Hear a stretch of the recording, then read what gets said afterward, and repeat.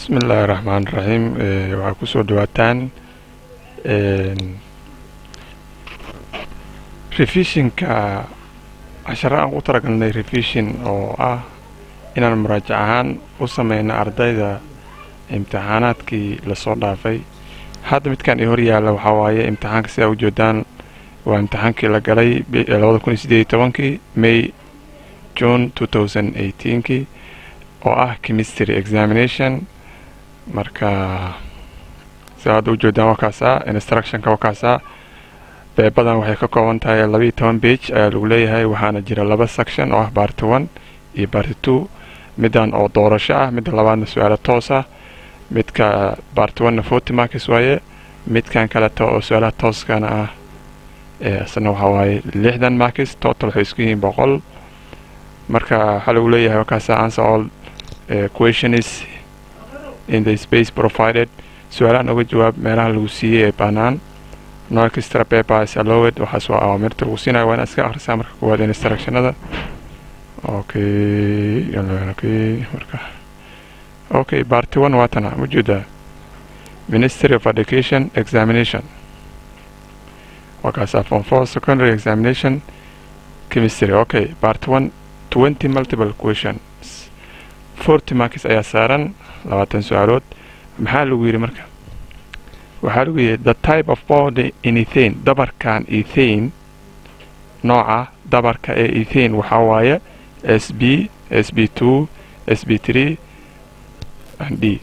waxay noqonaysaa su'aasheena jawaabteeda waxay noqonaysaa C. maxaa yeelay ethane waa alkane, waa saturated, wuxuu leeyahay dabaradiisii oo buux, wax double bond iyo wax triple bond kuma jira. saas daraadeed waxay noqonaysaa SB3 oo ah C ayay noqonaysaa C. su-aasha koowaad waa C. tan labaad waxaa lagu yidhi which of the following organic compounds is saturated. isku dhiskan organiga ah kee saturated ah? mar haddii aad aragto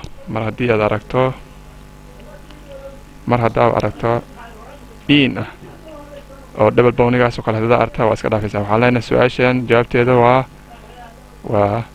tasa. tanna jawaabteeda waxaa waaye kow waa kaasa oo ku calaameynaya. haye okay marka haddana away qaybta lambar 3 ayaan aadaynaa. lambar 3 waxaa lagu yidhi which compound is a structural isomer of the compound shown below.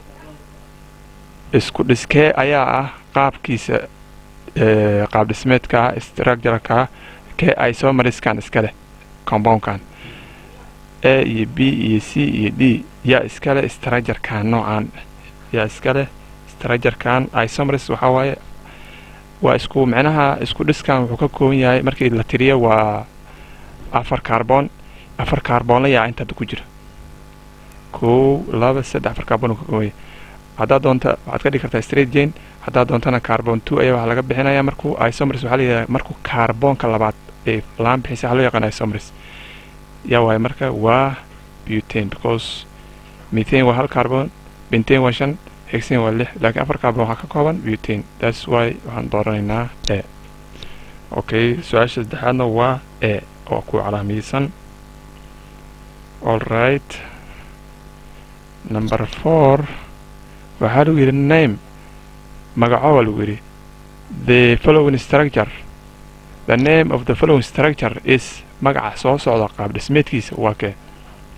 yaa iska leh ayaa lagu yidhi. waxaa leedahay meesha waxaa ii taalla 1 2 3 4 oo branchigan labaad uu ku dhegan yahay baarki.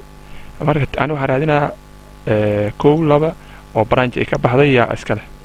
silsilada guud straight chainka waa 4, branchigan wuxuu ka baxay number 2. waxaan leenahay 2 methyl butane. jawaabteenana waa tana waa D 2 methyl butane. all right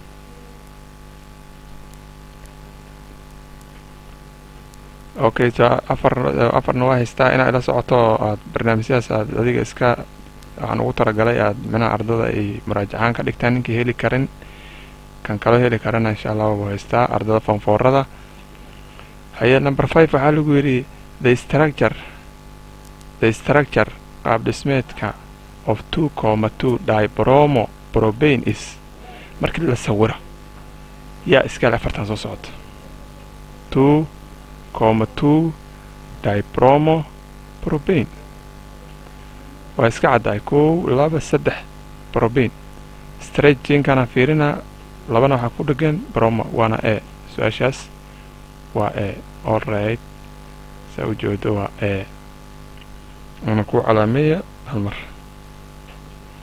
su-aasheena jawaabteeda wataa eebaa iskale which of the following represent aromatic compound yaa intaan soo socda matalaya aromatic carbon 6 carbon iyo 6 hydrogen waaye markii la fiiriyo waana kaasa waa lambarkaas ayuu leeyahay oo c ah su-aasha lixaad waa c su-aasha lixaad waa c okay yaa weeyaale kuwan soo socda which of the following is not altrop of carbon carbonka markii altropidiisa loo fiiriyo qaabdhismeediisa waa diamond waa graphite waa backball silicon kuma jirto ma garata d ayaan ahayn altropka carbon d ayaan ahayn su-aasha jawaabta u dhacaysa mar walba waana fiirisaa which of the following compound is an alcohol yaa intaa soo socda alcohola kan annaga shaqadeena mahan kana alcohol mahan okay waxaan leenahay kana alcohola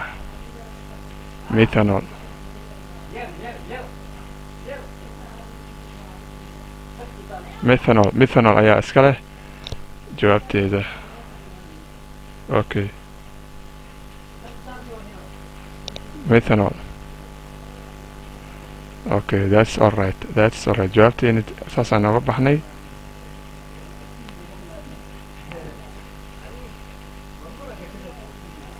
okay intamo haddana marka ilaa wixii waa taxano maahan okay waxaa lagu yidhi the function shaqada of lipids in the body jirka shaqada ay ka hayaan dufanka waxaa waaye intaan soo socda midkee daroonaysa koritaanka ama waxaas aniga warka kugu dayna jawaabta lan ku aadina bis storage of energy tamarta inay noo kaydiyaan ayaa ah shaqadooda tamarta inay noo kaydiyaan ayaa ah oo ah c yes c waaye glucose formulaheeda waa intaan soo socdayaa iska leh waxaa iska leh d ayaa iska leh 6 carbon 12 hydrogen 6 oxygen oxidation is the process in which electrons are oxidation waa hanaanka halkaasoo electronada la lumiya la hela la wadaaga waxaasaa nooga qonahaye oxidation waa loss of electron okay oxidation is loss of electron okay waxaa lagu yidhi number 17 the oxidation number of nitrogen in nitric is interna oxidation number of nitric annaga soo saarayna waxaan leenahay hydrogen maadaama ay group 1 ka mid tahay waa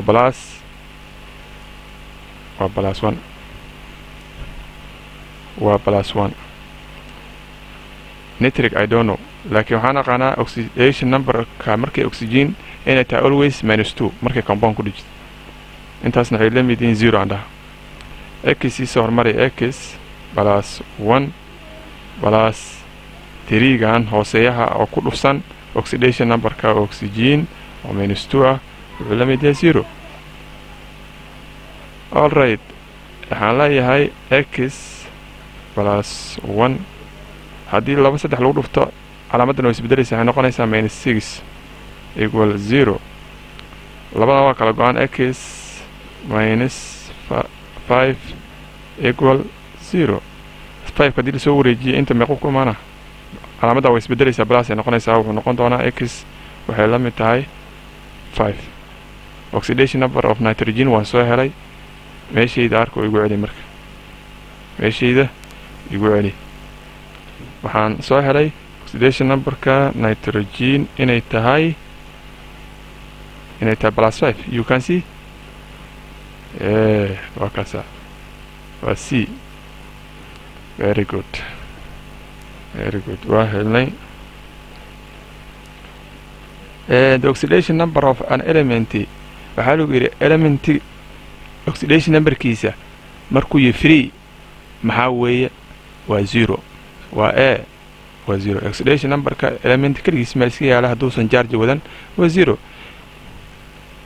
Okay, in the equation magnesium plus oxygen or magnesium oxide, the element magnesium is maxaa waaye magnesium waxaa ku dhacay loss of electron horta markuu loss of electron lumiso oxidation macnaha is ku dhacdo maxay noqonaysaa oxidation markay ay samayso kan oxidation ka sameeyo waxa loo yaqaanaa reducing agent ogoya loss of electron mid ka sameeyo waxa loo yaqaanaa oxidation mid ku dhaco waxa loo yaqaanaa reducing agent waana C waa B bara B ku calaameeya yes waa B waa B. Okay, 19 waa B. dad doonta videoga waa kaasan kartaa kabacdina waxa waaye waxaan waa qoran kartaa very simple waa la soo fududeeyey. haye nuclear notation of nickel is waxaa waaye number kan oo ah B waaye B waaye atomic masskeedina waa kaas mass numberka korka waa 59 atomic numberkeedana waa 28 atomic numberkeedana waa 28 marka waxay noqonaysaa B 20 B ayay noqonaysaa. All right,